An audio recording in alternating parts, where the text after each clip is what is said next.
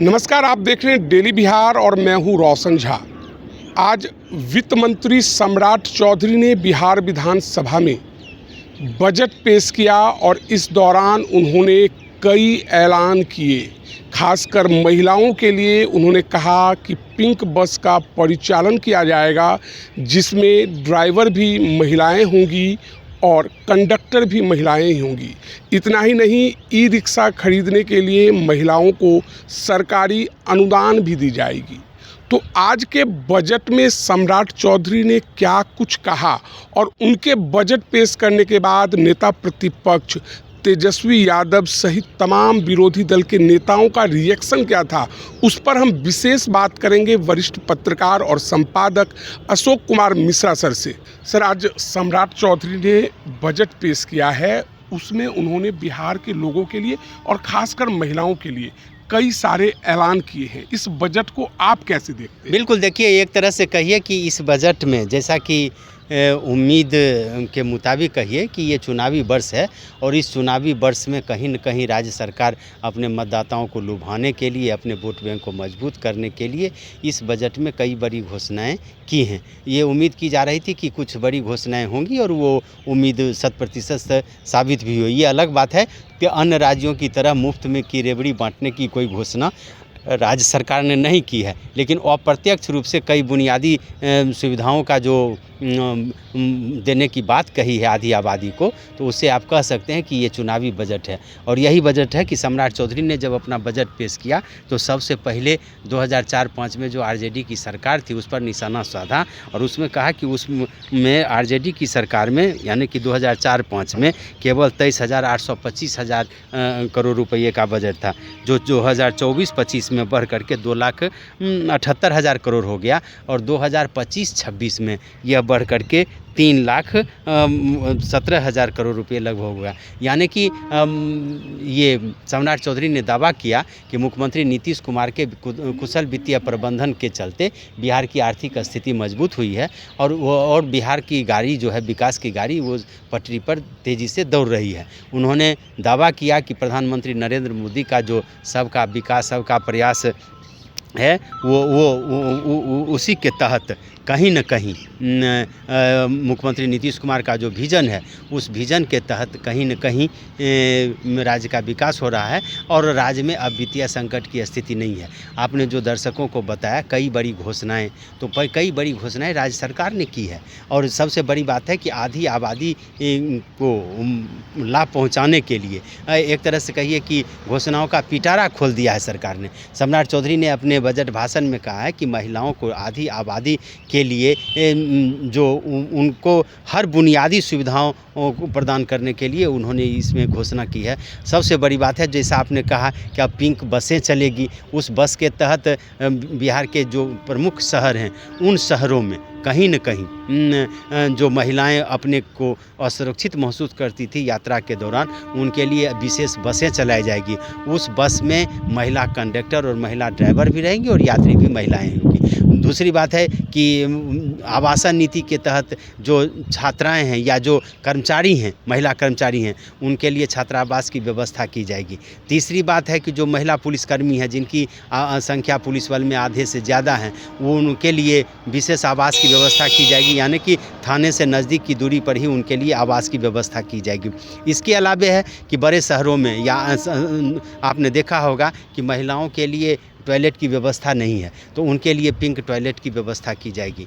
अब उन्होंने, सम्राट चौधरी ने घोषणा की है कि महिलाओं के विकास के लिए सरकार कोई कसर नहीं छोड़ेगी और उसमें सबसे बड़ी बात है कि आप देख लेते हैं कि आने वाले समय में विभिन्न नौकरियों में या खेलकूद में जो प्रतिस्पर्धा है उसमें महिलाएं बढ़ चढ़ करके भाग ले रही हैं, तो उनके लिए अब जिम की भी अतिरिक्त व्यवस्था की जाएगी और उसमें प्रशिक्षक भी जो होंगे वो महिलाएँ भी होंगी। तो महिलाओं के लिए काफ़ी सारी घोषणाएँ की गई हैं। इसके अलावा राज्य सरकार ने एक बहुत बड़ा फैसला लिया कि नीतीश सरकार ने ही बिहार के सभी कृषि बाजार समिति को समाप्त किया था। अब वो सारे के सारे कृषि बाजार का भी फिर से पुनरुद्धार होगा, यानी कि 38 जिलों में कृषि बाजार समिति है उसका फिर उद्धार होगा और उसमें कहीं न कहीं किसानों के हितों को ध्यान में रखते हुए उस बाज़ार को फिर से गुलजार कराया जाएगा।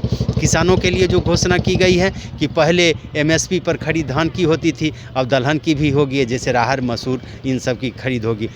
ये किसानों के लिए घोषणा है। स्वास्थ्य सेवाओं के विस्तार के लिए भी कहा गया है कि राज्य में जो भी निजी मेडिकल कॉलेज खोलना चाहते हैं उनके लिए राज्य सरकार जो है सो ज़मीन मुहैया कराएगी और वो खोल सकते हैं। बेगूसराय में कहा गया है कि कैंसर के पेशेंट सबसे ज़्यादा पाए जाते हैं तो वहाँ कैंसर हॉस्पिटल खोला जाएगा। तो स्वास्थ्य के क्षेत्र में भी शिक्षा में सबसे बड़ी बात सरकार ने कही है कि राज्य के 300 से ज़्यादा प्रखंडों में जहाँ डिग्री कॉलेज नहीं है हर प्रखंड में डिग्री कॉलेज खोला जाएगा और ये पीपी मोड पर होगा, यानी सरकार भी सहयोग करेगी और जनता से भी सहयोग लेगी। तो ये बहुत बड़ी घोषणाएं की हैं और इस घोषणाओं का लबोलुआब ये है कि आधी आबादी जो है यानी कि महिलाएं जो हैं उन महिलाओं के वोट बैंक की ताकत ने नीतीश कुमार ने देख ली है। आपको याद होगा कि 2005 में जब मुख्यमंत्री के रूप में नीतीश कुमार ने शपथ ली थी उसके बाद से महिलाओं के विकास के लिए उन्होंने कई सारे कदम उठाए। आपने देखा बालिका शिक्षा योजना के तहत बालिका पोशाक योजनाएं दी गई, उनको साइकिल योजना दी गई, फिर छात्रवृत्ति योजना में फिर लड़कियों को दिया गया तो वो उसका भी लाभ मिला। लड़कियों को जन्म से लेकर शिक्षा तक आप कह सकते हैं कि नीतीश सरकार फिर शादी के लिए शादी देती है तो वो किया गया। अब फिर ये व्यवस्था की गई है और इसके तहत आप कह सकते हैं कि एक बहुत बड़ी आबादी को लाभ पहुंचाया गया। जी सर, एयरपोर्ट को लेकर भी ऐलान किया गया कि पूर्णिया एयरपोर्ट 3 महीने में आरंभ यानी विमान सेवा शुरू हो जाएगी और उसके अलावा छोटे छोटे एयरपोर्ट को भी डेवलप किया जाएगा जिसमें मधुबनी है, सहरसा है, मुंगेर है। इसको कैसे दें? देखिए, ग्रीन फील्ड योजना के तहत 3 बड़े एयरपोर्ट राष्ट्रीय स्तर के एयरपोर्ट बनाए जाएंगे और वो एयरपोर्ट है रक्सौल, वो एयरपोर्ट है सुल्तानगंज और वो एयरपोर्ट है राजगीर। इसको जोड़ा गया है कि जो पशुपतिनाथ का मंदिर है वो नेपाल से उस कॉरिडोर को जोड़ा गया है। उसमें रक्सौल से फिर आप उसमें हरिहर नाथ मंदिर जोड़ा गया है, उसके बाद अजगैबी नाथ मंदिर जोड़ा गया। तो एक तरह से कहिए कि इसके तहत राज्य में पटना, पूर्णिया, दरभंगा के बाद अब 3 और बड़े एयरपोर्ट बनेंगे और ये राज्य सरकार की बहुत बड़ी योजना है और इसमें केंद्र का भी बहुत बड़ा योगदान होगा। उसके बाद कहा गया कि 8 जिलों में जो है सो एयरपोर्ट बनाए जाएंगे।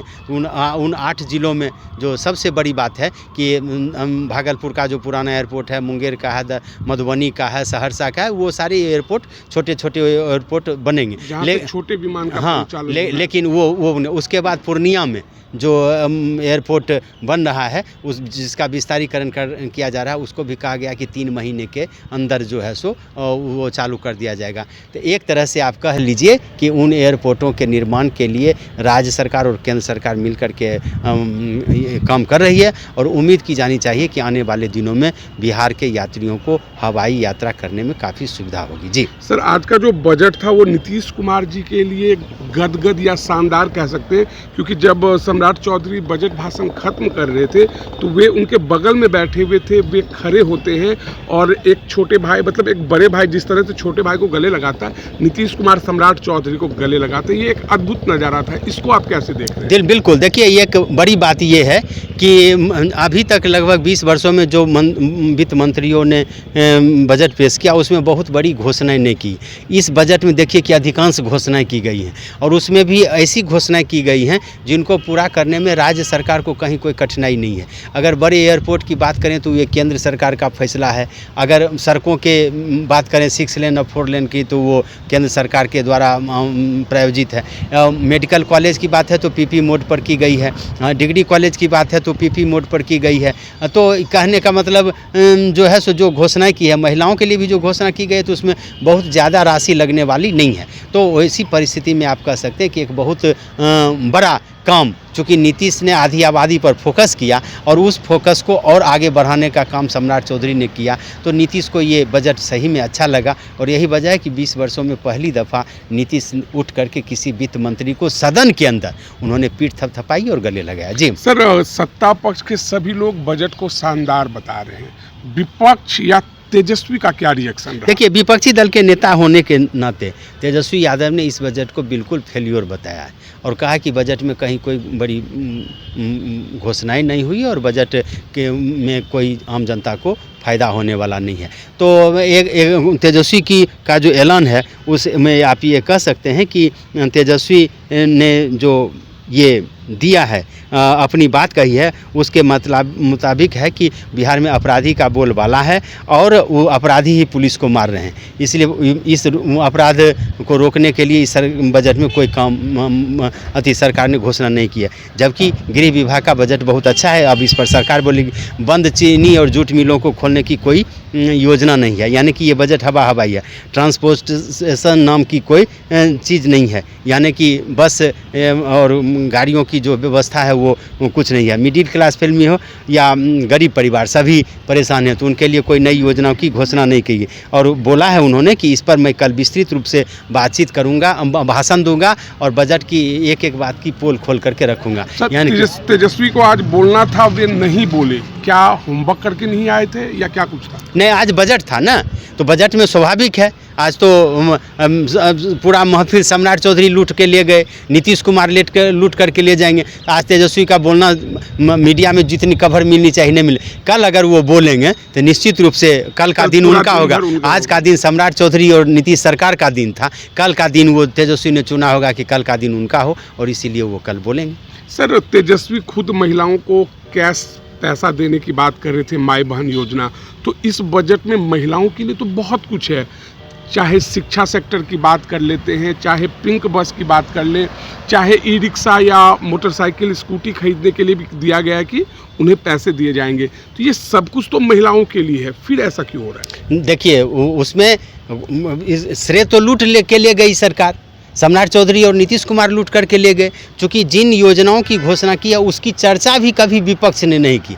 विपक्ष ने कभी ये डिमांड नहीं किया कि महिलाओं के लिए अलग बस चलाई जाए। आपको याद होगा कि दिल्ली में अरविंद केजरीवाल ने महिलाओं के लिए अलग बस चलाई है, उनको फ्री भी दिया। बिहार में तो ये कंसेप्ट भी किसी को नहीं है। तो ये बहुत बड़ा शिक्षा के क्षेत्र में डिमांड भी नहीं किया था, तो ये लाभ तो सरकार ले गई। अब मेडिकल कॉलेजों की संख्या बढ़े या डिग्री कॉलेजों की संख्या, तो ये तो सरकार की मतलब तेजस्वी योजना में भी नहीं है। तेजस्वी ये तो डायरेक्ट जो कैश देने की बात है वो योजनाओं की चर्चा कर रहे थे। तो इसलिए निश्चित रूप से और विपक्षी दल के नेता होने के चलते तेजस्वी इस तरह की बातें करेंगे। लेकिन सबसे बड़ी बात यह है कि जिस तरह से इस बजट में बगैर कोई अतिरिक्त संसाधन जुटाए, बगैर केंद्र सरकार पर निर्भरता ये हुए, जिस तरह से सम्राट चौधरी ने बजट पेश किया है, निश्चित रूप से आने वाले दिनों में इसका असर दिखेगा। जी सर, व्यक्तिगत रूप से आप कई सालों से पत्रकारिता में हैं, बजट को कवरेज करते हैं। यह चुनावी बजट है या सच में बजट सरकार इतना काम करना चाहती है? देखिए, सरकार तो काम कर ही रही है, लेकिन ये सब जो अतिरिक्त चीज़ें हैं ये लोक लुभावन तो हैं ही, इसमें कहीं कोई शंका नहीं। आधी आबादी को सीधा अपनी ओर आकर्षित करना ये तो चुनावी है। किसानों को सीधा अपनी ओर आकर्षित करना, चाहे वो बाजार समिति के द्वारा हो या एमएसपी के तहत खरीद का मामला, तो ये बड़ी बात है ना। तो निश्चित रूप से कह सकते हैं कि चुनाव को ध्यान में रखते हुए भी ये बजट बनाया गया है। और अभी क्या, ये तो ट्रेलर है, पूरी फिल्म अभी बाकी है। इसलिए कि आने वाले दिनों में देखिएगा मुख्यमंत्री और क्या क्या बड़ी घोषणाएं कर सकते हैं इसी सदन में। तो इसलिए अभी इस पर कुछ बोलना जल्दबाजी होगी। ये तो वित्त मंत्री ने अपने बजटीय प्रावधान में इस तरह की बात कही है। इसके अलावा जो घोषणाएं होगी, सुपर पावर जो मुख्यमंत्री है वो कभी भी कर सकते हैं। और क्या नीतीश कुमार चुप बैठेंगे क्या?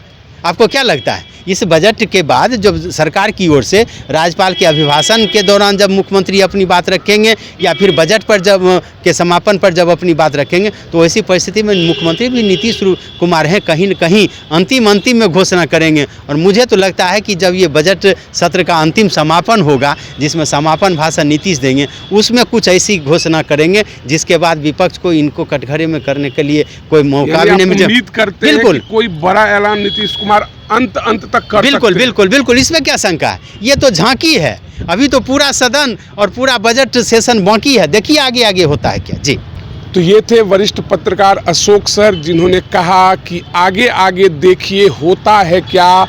बजट सत्र के अंत तक मुख्यमंत्री नीतीश कुमार कुछ बड़ा ऐलान कर सकते हैं। तो बहरहाल इस वीडियो में इतना ही। अगर आप हमारा ये वीडियो यूट्यूब पर देख रहे हैं तो सब्सक्राइब कर लें, फेसबुक पर देख रहे हैं तो हमारे पेज को लाइक कर दें। धन्यवाद।